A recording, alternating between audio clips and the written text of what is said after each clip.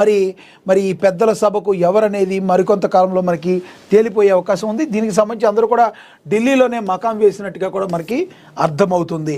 ఇక బాల్క సుమన్ అరెస్టు, ఆదిలాబాద్ జైలుకు తరలింపు. నేడు ఆదిలాబాద్ జైలుకు హరీష్లపై మంత్రి వివేక్ ఫైర్ అయ్యారు. మంత్రి వివేక్ కారుపై దాడి కేసులో మాజీ ఎమ్మెల్యే బీఆర్ఎస్ నేత బాల్క సుమన్కు 14 రోజుల రిమాండ్ విధించింది Mancherial principal judicial first class magistrate court. ఈ కేసులో A1గా బాల్క సుమన్, A2గా మరి మోలా రాజిరెడ్డిని చేర్చారు. బాల్క సుమన్తో పాటు రాజిరెడ్డిని ఆదిలాబాద్ జిల్లా జైలుకు తరలించారు. కేతనపల్లి మున్సిపాలిటీ చైర్మన్ ఎన్నిక సమయంలో పోలీసులపై దాడి చేసిన కేసులో బాల్క సుమన్ను బుధవారం అరెస్టు చేశారు. చైర్మన్ వైస్ ఎన్నికల్లో మరి ఎక్స్ అఫీషియో ఓటు వేసేందుకు కేతనపల్లి మున్సిపల్ ఆఫీస్కు వెళుతున్న మంత్రి వివేక్ వెంకటస్వామి, ఎంపీ వంశీకృష్ణ కాన్వాయ్పై రాళ్లతో దాడి చేయడం, పోలీస్ సెక్యూరిటీ కోడ్ విసిరేయడం వంటివి బాల్క సుమన్ చేశారు.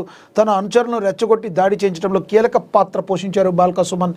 ఈ దాడిలో ఓ పోలీస్ కానిస్టేబుల్ తీవ్రంగా గాయపడిన హైదరాబాద్లోని ఆసుపత్రిలో చికిత్స పొందుతున్నాడు ఆ కానిస్టేబుల్. మరో కాంగ్రెస్ కార్యకర్తపై కూడా ఆయన మరి ఈ విధంగా దాడికి పాల్పడ్డారు. మరి కేతనపల్లిలో జరిగిన గొడవపై పోలీసులు కేసు నమోదు చేశారు. ఈ కేసులో కోర్టులో 14 రోజుల రిమాండ్ విధించడంతో బాల్క సుమన్ను పోలీసులు ఆదిలాబాద్ జిల్లా జైలుకి అయితే తరలించడం అయితే జరిగింది. హరీష్ రావు సుమన్పై మంత్రి వివేక్ ఫైర్ అయ్యారు. బాల్క సుమన్ అరెస్టును మాజీ మంత్రి హరీష్ రావు ఖండించడంపై మంత్రి వివేక్ ఫైర్ అయ్యారు. కేతనపల్లిలో సుమన్ చేసిన గొడవ కనిపించడం లేదా అని హరీష్ రావును ప్రశ్నించారు. నిజంగానే హరీష్ రావు గారు, మీకేమో కొన్నేమో మంత్రాల్లాగా వినపడతాయి, కొన్నేమో చాలా దారుణంగా బూతుల్లాగా వినపడతాయి. ఏంటండి మీరు మాట్లాడేది? మరి చట్టాన్ని తమ చేతుల్లోకి తీసుకుని పిచ్చి పిచ్చిగా ప్రవర్తిస్తే ఎంతటి వారికైనా చట్టం ఒకే విధంగా ఉంటుంది కదా, మరి ఎందుకు చేయాలి? రాళ్లదాడి ఎందుకు చేయాలి? సాక్ష్యాధారాలు ఏమీ లేకుండా మరి సుమన్ను మరి అరెస్ట్ చేస్తారా?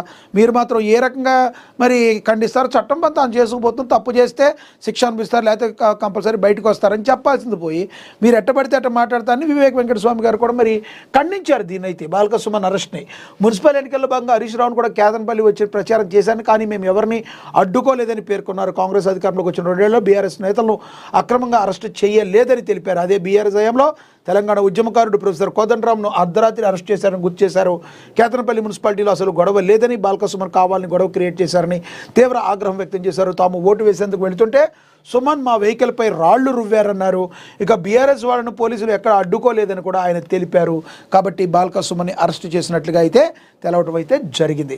ఇక అర్హులైన జర్నలిస్టులందరికీ అక్రిడేషన్లో ఆన్లైన్లో దరఖాస్తు స్వీకరణ ప్రత్యేక వెబ్సైట్ ప్రారంభం INPR స్పెషల్ కమిషనర్ ప్రియాంక వెల్లడించారు. రాష్ట్రంలోని అర్హులైన జర్నలిస్టులందరికీ ప్రభుత్వం జారీ చేసిన జీవో నెంబర్ 252 ప్రకారం అక్రిడేషన్ కార్డులు మంజూరు చేయనున్నట్లుగా సమాచారం. పౌర సంబంధాల శాఖ స్పెషల్ కమిషనర్ CH ప్రియాంక ఓ ప్రకటనలో తెలిపారు. అక్రిడేషన్ల జారీ ప్రక్రియను మరింత సులభతరం చేసేందుకు ప్రత్యేక వెబ్సైట్ను అందుబాటులోకి తీసుకొచ్చినట్టు పేర్కొన్నారు. ప్రింట్, ఎలక్ట్రానిక్ మీడియా ప్రతినిధులతో పాటు డిజిటల్ మీడియా, ఫ్రీలాన్సర్స్, వెటరనర్ సీనియర్ జర్నలిస్టులు కూడా అక్రిడేషన్ కోసం దరఖాస్తు చేసుకోవచ్చని తెలిపారు. అర్హత కలిగిన వారు సమాచార శాఖ అధికార వెబ్సైట్ IPR telanggana.gov.in ద్వారా ఆన్లైన్లో తమ వివరాలను నమోదు చేసుకోవాలని సూచించారు. ఈ నెల 9 నుండి ఆన్లైన్లో దరఖాస్తుల స్వీకరణ ప్రారంభమైందని, ఈ ప్రక్రియ నిరంతరం కొనసాగుతుందని కమిషనర్ స్పష్టం చేశారు. జర్నలిస్టులు ఎప్పుడైనా తమ దరఖాస్తులను సమర్పించుకోవచ్చని తెలిపారు. దరఖాస్తు చేసుకునే సమయంలో సాంకేతిక ఇబ్బందులు ఎదురైతే జర్నలిస్టుల కోసం 9154170881 ప్రత్యేక హెల్ప్లైన్ నెంబర్ కేటాయించారు. కార్యాలయ పని దినాల్లో ఉదయం 10:30 నుంచి సాయంత్రం 5 గంటల వరకు ఈ సమాచార శాఖ మీడియా రిలేషన్ విభాగం ప్రతినిధులను సంప్రదించి సమస్యలను పరిష్కరించుకోవచ్చని ఆమె జర్నలిస్టులకు సూచించారు. ఈ రకంగా మరి అయితే ఇప్పుడు అందరికీ కూడా అర్హులైన జర్నలిస్టులందరికీ ఇస్తామన్నారు, కానీ కేబుల్ నెట్వర్క్ ఎవరైతే ఉన్నారో వాళ్ళకి జర్నలిస్టులకు ఇప్పటి వరకు కూడా అక్రిడేషన్లు ఈ ప్రభుత్వం ఇష్యూ చేయలేదు, అధికారులు ఇష్యూ చేయలేదు. పాత జీవో నెంబర్ ప్రకారం ఇవ్వాలని చెప్పి జర్నలిస్టు సోదరులందరూ కోరుతున్న పరిస్థితిని కూడా మనమైతే చూసాం. ఇక అదేవిధంగా ఆదిలాబాద్లో నవశకం 25 ఏళ్ల తర్వాత కాంగ్రెస్ జెండా ఎగరేసిన కంది కలిసొచ్చిన శక్తులతో కలిసి బీజేపీకి బ్రేక్, విధేయులకు బల్దియా పీఠాన్ని మరి అందుకున్నారని కూడా ప్రచురించారు. ఇక మహా బాగున్న పిచ్పై ఎవరైనా బౌండరీలు కొడతారు, కానీ అనుకూలంగా లేని పిచ్పై అంచనాలు పటాపంచలు చేసి విజయం సాధించడం అంటే అది మామూలు విషయం కాదు. అందుకే ఆదిలాబాద్ జిల్లా కేంద్రంలో కాంగ్రెస్ పార్టీ సాధించిన విజయాన్ని ఆ పార్టీ ప్రత్యేకంగా చూస్తుంది. అనేక పరీక్షలకు నిలిచి ఆదిలాబాద్ కాంగ్రెస్ పార్టీ నియోజకవర్గ ఇన్ఛార్జ్ కంది శ్రీనివాసరెడ్డి బల్దియా పీఠంపై కాంగ్రెస్ జెండా ఎగరేయడంలో కీలక భూమిక పోషించారు. గత 3 ఏళ్లుగా పార్టీని ఎంతో కష్టపడి నిర్మిస్తూ ప్రతి ఎన్నికలోనూ పార్టీని ముందు వరుసలు నిలిపేందుకు సర్వదా శ్రమిస్తున్న కంది శ్రీనివాసరెడ్డి బల్దియా పీఠంపై కాంగ్రెస్ జెండా ఎగరేయడంలో సఫలమయ్యారు.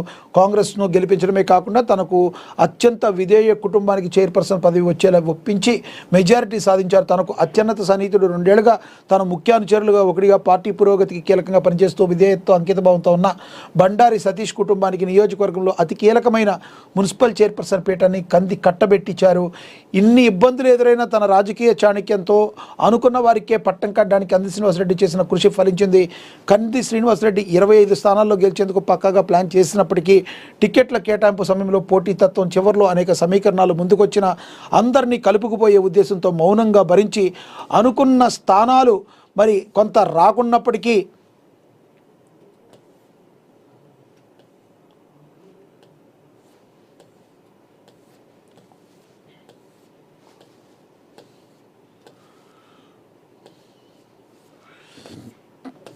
అనుకున్న స్థానాలు కొంత రాకపోయినప్పటికీ ఆయన నిరాశ అయితే చెందలేదు. తనకున్న ప్రయత్నం అయితే మానలేదు.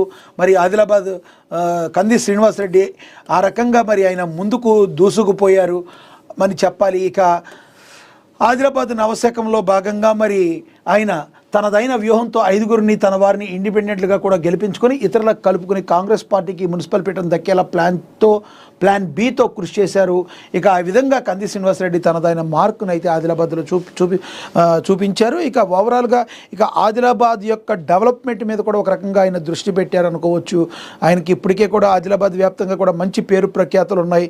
మరి అంబులెన్స్ సేవల ద్వారా నిరుపేదలకు వైద్యం అందాలి, సకాలంలో ఫ్రీ ఉచిత అంబులెన్స్ సేవలు కావచ్చు, లేదంటే 3.5 ఏళ్ల దగ్గర నుంచి నిత్యాన్నదానం కావచ్చు, ఆయన చేస్తున్న సేవలను ప్రజల గుండెలో నింపుకున్నారు. తద్వారా కష్టాల్లో ఉన్నప్పుడు పార్టీకి ఎంతో కష్టమైన సరైన ఆదిలాబాద్ జిల్లాలో అంతంత మాత్రంగా ఉన్న మరి పరిస్థితి నుంచి ఈ రోజున మున్సిపాలిటీలో ఏకంగా అందరి మద్దతు కూడగట్టుకుని కాంగ్రెస్ జెండా ఎగురవేసే స్థితికి చేర్చినందుకు కంది శ్రీనివాసరెడ్డి యొక్క కృషిని మరి పార్టీ హైకమాండ్ కూడా చాలా అప్రిషియేట్ చేస్తున్న పరిస్థితిని మనమైతే గమనించవచ్చు.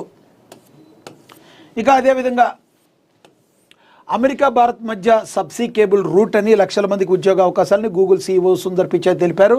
అదానీ ఏఐతో చేతులు కలిపిన గూగుల్ అని కూడా ప్రచురించారు. ఇక అదేవిధంగా నెట్ జీరో సిటీగా హైదరాబాద్, గ్రీన్ ఎనర్జీకి తెలంగాణ ప్రాధాన్యం, ముంబై క్లైమేట్ వీక్ సదస్సులో మరి సీఎం రేవంత్ రెడ్డి తెలిపారని కూడా ప్రచురించారు. ఇక అదేవిధంగా ఇందిరమ్మ ఇండ్లను గృహప్రవేశాలకు రెడీ చేయండి, మార్చి 31 వరకు నిర్మాణ పనులన్నీ పూర్తి చేయండి, ఎప్పటికప్పుడు బిల్లులు చెల్లించండి, పెండింగ్లో పెట్టవద్దు, ఇటుక సిమెంట్ కొంత చౌకగా లభించేలా అధికారులు దృష్టి సారించాలి, కరీంనగర్ జిల్లాలో వేగంగా ఇండ్ల నిర్మాణం ప్రోగ్రెసెస్ చాలా బాగుంది, డబుల్ బెడ్రూమ్లను లబ్ధిదారులకు అందించేలా చర్యలు తీసుకోండి. రాష్ట్ర గృహ నిర్మాణ శాఖ కార్యదర్శి, housing board corporation managing director VP Gautam తెలిపారు. జిల్లా కలెక్టర్